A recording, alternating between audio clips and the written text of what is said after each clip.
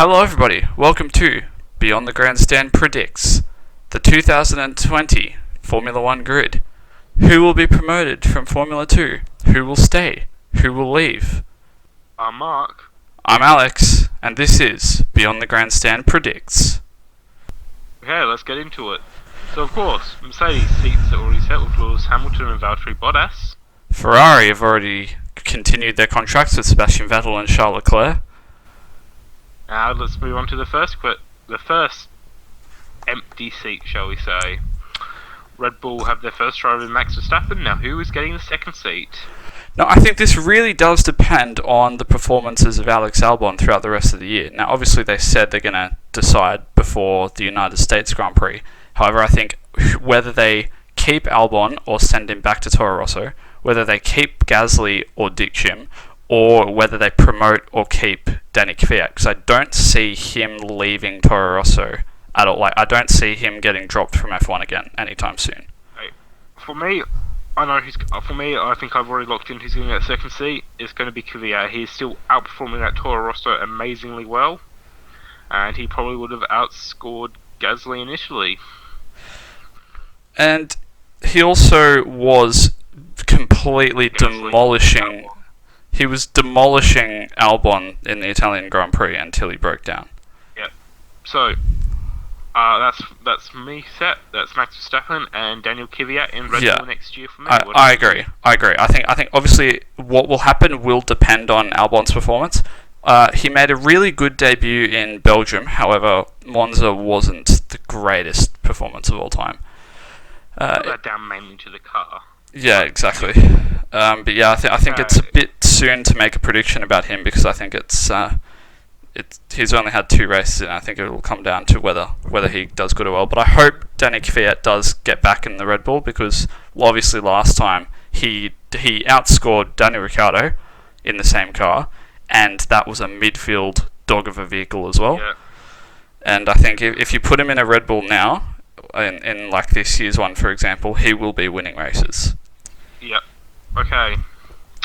Renault's next with Daniel Ricciardo and Esteban Ocon is set for next year. Yep. And same with McLaren. Set. Yep. With Carlos Sainz and Lando the Milk Boy Norris. The Milkman. Hell yeah. He's a milk boy. He's not a man yet. No, he doesn't. Haas. The question everyone is wondering. I feel like this is the one that is supposed to be announced the soonest. Yep.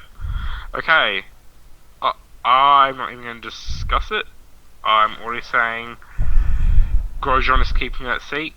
Hulkenberg's going to be too expensive for him. He's used to a much higher wage. In fact, I think he's on more than both current Haas drivers combined. And with the current stigma of what Haas just went through, I don't think he would want to go there. I think before Rich Energy, before Rich Energy pulled out, I think I would have said Hulkenberg would go there.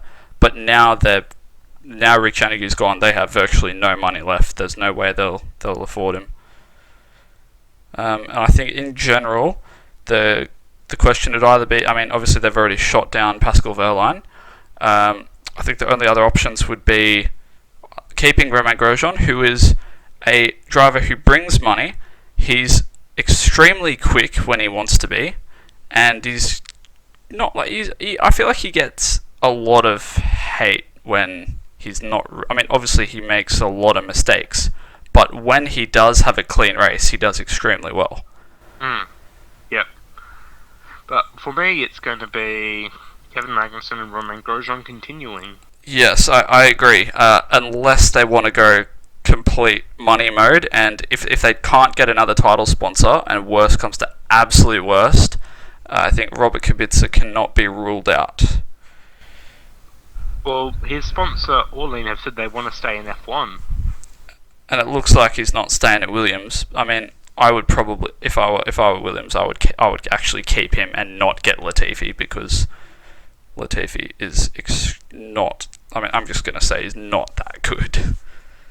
Well, we don't know yet because some F2 drivers have surprised us. Yeah, that's true. And I mean, to be fair, no one can do well in Williams anyway. So the next question is Toro Rosso, and of course, since we've both locked in Kvyat, I think it's going to be Gasly and Albon.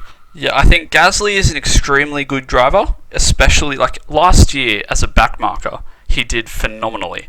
And even this year, when he didn't do great in relation to his car and Red Bull, but then he moved back to Toro Rosso and was in the points the whole time in his first race back. So I think in a Toro Rosso, he's an extremely good choice.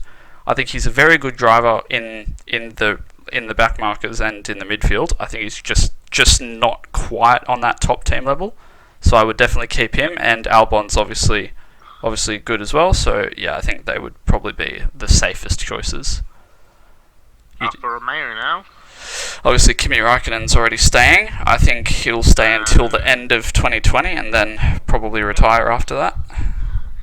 And I think since Ferrari don't have a junior with 50 points, super license points, it's going to be Antonio Giovinazzi staying around for one more year before either Ilott or Schumacher get the 50. Yes, exactly. I think he'll stay until 2020 and then they'll bring in, I think, probably Schumacher after that. Yep. Okay. Racing Point are sticking with the obvious option of keeping Sergio Perez and Lance Stroll. Now Williams, I think we've already basically played our hand of who we think staying. We both agree on Latifi. Yeah. Unfortunately, or fortunately, Depends. It's always good to see young talent come into F1. Let's just see well, whether he young. Good. Younger than Kubica. 20 years younger than... Oh, not 20. Jesus. Yep. So that is Beyond the Grandstand's predictions for the 2020 grid. We hope you enjoyed one of our newer shorter form videos. See you next time on one of our 8 series, including 7 new series. Stay tuned.